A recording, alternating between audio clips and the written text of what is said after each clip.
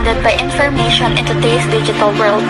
But how can we know what to believe, how to use it, or even how it creates an impact to us? The UNESCO Media and Information Literacy Framework is a powerful tool that makes us more intelligent, secure, and responsible media creators and viewers. This framework presentation will introduce you to it, so let's find out.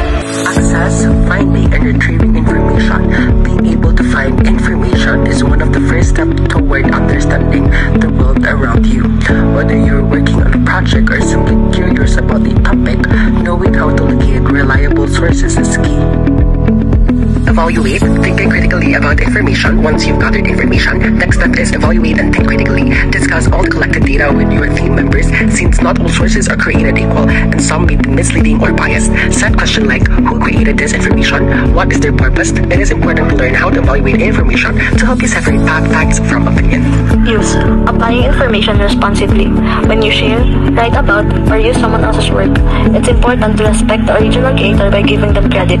Citing sources when writing different kinds of school paper is important to avoid plagiarism. Create, producing meaningful content. Create your content responsibly, whether it's a video, blog, or social media post. Be thoughtful in what you create.